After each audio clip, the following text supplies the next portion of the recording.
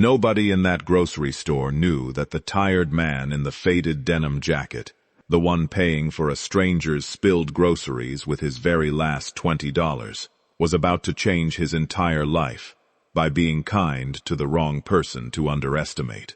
If you've ever believed that one small act of decency can still matter in a world that feels increasingly cold, stay with this story until the end. And if it moves you the way it moved me when I first heard it, hit like and subscribe, because there are more stories like this one still to come. Marcus Bennett had learned a long time ago that dignity doesn't pay rent, but he held on to his anyway. At 34, he was raising his 8-year-old daughter, Zoe, alone in a cramped one-bedroom apartment on the edge of downtown, the kind of place where the radiator clanked all winter and the neighbors argued through paper-thin walls. Zoe's mother had left 3 years earlier, unable to handle the weight of a marriage strained by unpaid bills and long, exhausting shifts. Marcus never spoke badly about her to their daughter. He simply woke up every morning before the sun, made breakfast, braided Zoe's hair as best he could, and carried the two of them forward one day at a time. He worked construction when there was work, and when there wasn't, he took whatever odd jobs he could find, hauling furniture, painting fences, fixing leaky pipes for elderly neighbors who paid him in cash and gratitude. It wasn't glamorous, but it was honest. And honest was something Marcus refused to compromise, even when compromising might have made life easier. His own father had told him once, before he passed, that a man's character is measured not by what he has, but by what he's willing to give when he has nothing left to spare. Marcus carried those words like a compass. On the Tuesday, that changed everything. Marcus had just finished a 10-hour shift on a construction site downtown, his back aching, his hands raw, his mind already calculating how far his paycheck would stretch. He stopped at the grocery store near his apartment to pick up milk and bread, the bare essentials, hoping there'd be enough left over for the small birthday cake he'd promised Zoe for the weekend. The store was crowded with the after-work rush, registers beeping, carts clattering, impatience thick in the air. That was when he noticed her. An elderly woman stood at the checkout counter ahead of him, her silver hair pulled into a neat bun, her coat modest but clearly cared for. She was counting coins from a small change purse, her hands trembling slightly, searching for the last few cents to complete her total. The young cashier, barely out of his teens and clearly irritated by the long line behind her, let out an exaggerated sigh. "Ma'am, can you hurry up? People are waiting," he snapped, loud enough for half the store to hear. The woman's cheeks flushed with embarrassment. "I'm sorry, dear. I just need a moment." "We don't have a moment. Either you have the money or you don't," the cashier interrupted, rolling his eyes toward the customer behind her, inviting them to share in his impatience. A man in line scoffed audibly. A woman muttered something under her breath about people who shouldn't shop if they can't pay. The elderly woman's bag of groceries, jostled in her nervous fumbling, tipped over, sending 2 cans of soup rolling across the tile floor. Nobody moved to help. Nobody except Marcus. He stepped forward without a second thought, kneeling to gather the fallen cans, and placed them gently back into her bag. Then he stood, looked the cashier directly in the eye, and said, calmly but firmly, "There's no reason to speak to her like that. She's a customer, same as anybody else in this line." The cashier opened his mouth to argue, but something in Marcus's steady gaze made him think better of it. A manager, alerted by the commotion, arrived and began to side with the cashier out of habit, until Marcus spoke again. "I'll cover whatever she's short," he said, reaching for his own wallet, the one that held exactly enough for his family's groceries, and nothing more. He counted out the difference, $9.40, money that meant the difference between a full pantry and a lean week for him and Zoe, and placed it on the counter without hesitation. The old woman turned to him, her pale blue eyes glassy with unshed tears. "You didn't have to do that," she whispered. "Nobody should be treated like that over a few dollars," Marcus replied simply, "especially not someone your age." Let me help you get these to your car. He carried her bags out into the golden light of early evening, walking beside her slowly, matching her careful pace. She asked his name, and he told her, Marcus Bennett, and she repeated it softly, as though committing it to memory. She asked about his life, gently, the way people do when they sense there is more beneath the surface than a person lets on. And Marcus, unguarded in the strange comfort of a stranger's company, told her a little about Zoe, about the construction job that might not last past the month, about the birthday cake he was hoping to afford. She listened with an attentiveness that surprised him, nodding, her eyes sharp despite her age. At her car, she thanked him again, and for a moment, it seemed she wanted to offer him something. Money, perhaps, or some gesture of repayment. But she stopped herself, simply placing a hand on his arm instead. Kindness like yours is rare, Mr. Bennett. Rarer than you know. I won't forget it. Then she was gone, and Marcus walked home under a darkening sky, $9 poorer but somehow feeling like the wealthiest man alive. He didn't think much more about it in the days that followed. Life, as it does, moved quickly onward, and not kindly. 2 weeks later, the construction contract ended abruptly when the developer ran into funding issues, and Marcus found himself without steady work for the first time in over a year. The eviction notice came not long after, a stark yellow paper taped to his door, informing him that rent was 3 weeks overdue, and that failure to pay in full within 10 days would result in legal action. Marcus stood in the hallway staring at it for a long time, feeling something in his chest tighten with a familiar, exhausting fear. Not for himself, but for Zoe, for the home he was terrified of losing for her. He picked up odd jobs wherever he could, sold what few valuables he had left, and lay awake most nights running numbers that simply refused to add up. He never let Zoe see the worry on his face. He still made her breakfast every morning, still braided her hair, still told her everything would be all right, because a father's job, he believed, was to carry the weight so his child never had to feel its edges. There were nights during that stretch when Marcus sat on the fire escape outside his bedroom, window long after Zoe had fallen asleep, watching the lights of the city flicker on one by one, wondering how many other fathers were sitting exactly where he was, doing exactly what he was doing, adding up numbers that refused to make sense, praying for a solution that never seemed to come. He thought about calling his sister in Atlanta, who had offered more than once to help, but pride kept the phone in his pocket. He thought about the elderly woman from the grocery store sometimes too, wondering if she'd made it home safely that evening, if her family knew how she'd been treated, if kindness like that ever really mattered in a city this large and this indifferent.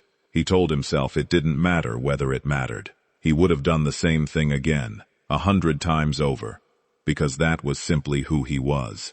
Zoe, for her part, sensed more than her father realized. Children often do. She began leaving small drawings on his pillow, stick figures of the two of them holding hands, under a bright yellow sun, a house with too many windows, and a chimney puffing clouds of hope into the sky. One evening, she asked him plainly, in the unflinching way only an 8-year-old can manage, "Daddy, are we going to be okay?" Marcus knelt down, took her small hands in his, and told her the truth as gently as he could. "We're always going to be okay, baby. Sometimes okay looks different than we expect, but we've got each other, and that's the part that never changes."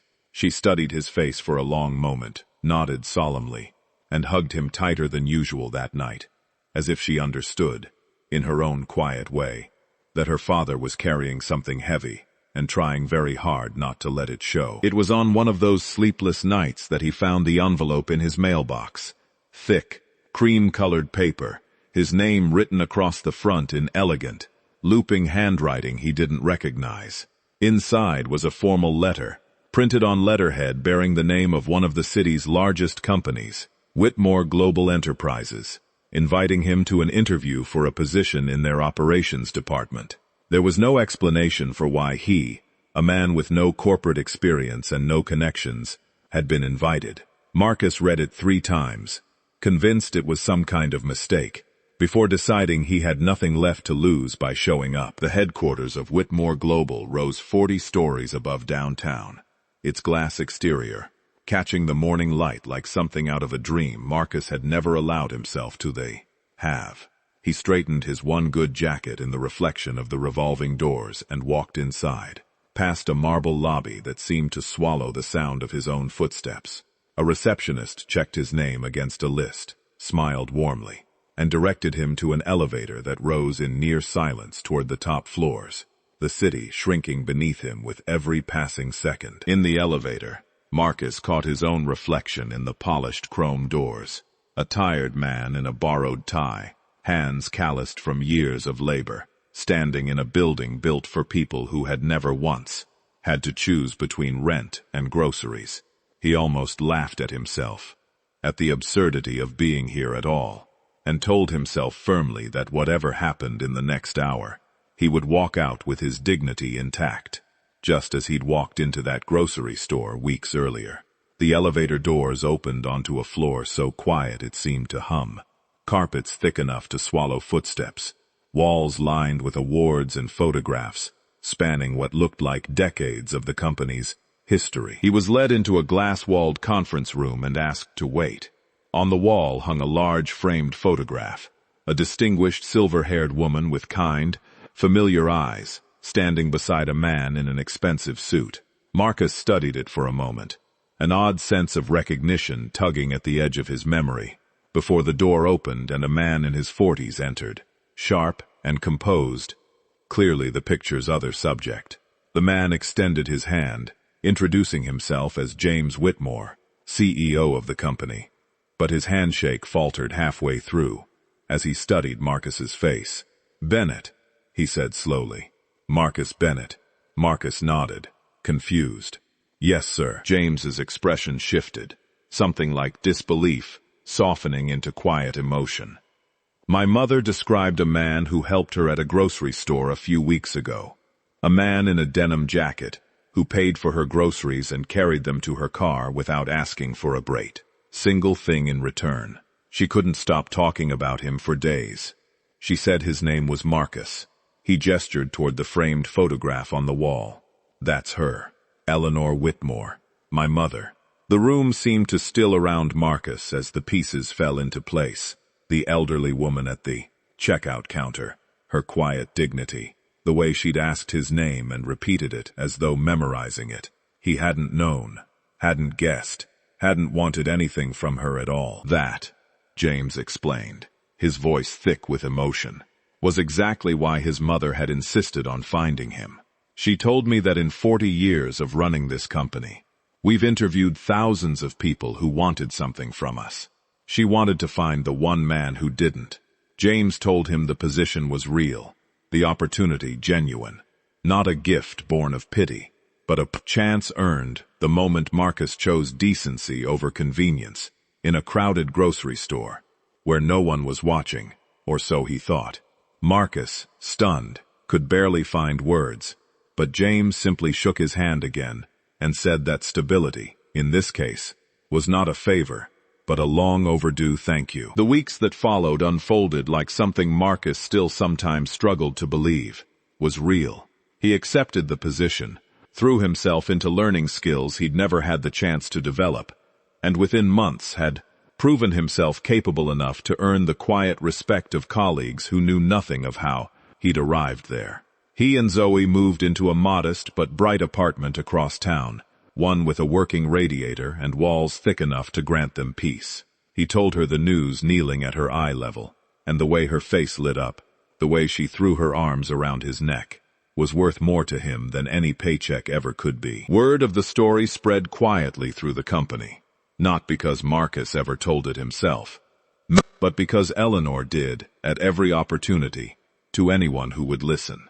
She told it at the holiday gathering that winter, standing beside her son with a glass raised, explaining to a room full of executives that the measure of a company's character was not found in its balance sheets, but in how it treated the people society too often overlooked, and that she had found, in one exhausted father in a denim jacket, more integrity than she had encountered in 40 years of boardrooms. Marcus, sitting near the back of that room, felt his face grow warm with an embarrassment that had nothing to do with shame, and everything to do with a kindness he still wasn't sure he knew how to accept gracefully. Eleanor Whitmore became a fixture in their lives after that, invited over for Sunday dinners, sending Zoe books for her birthday, sitting on her porch with Marcus over tea as the seasons changed. Two people bound, not by circumstance, but by a single choice made on an ordinary Tuesday evening. She liked to tell people,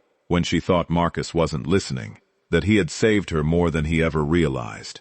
Not from a lack of money, which she had never truly lacked, but from a growing fear that the world had run out of people, willing to be kind, without expecting anything back. There were quieter moments too, ones that never made it into Eleanor's retellings.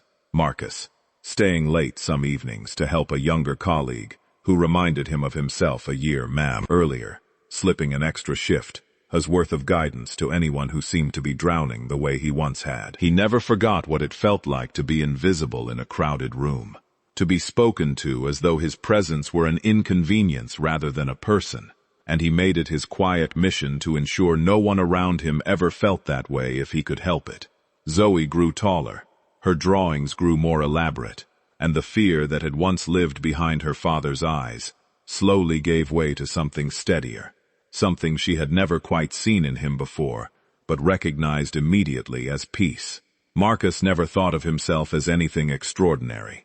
He simply believed, as his father had taught him, that character is what you give when you have nothing left to spare. He had given $9.40 to a stranger who needed it more than he knew he could to lose, and in doing so, had proven something far more valuable than money could ever measure.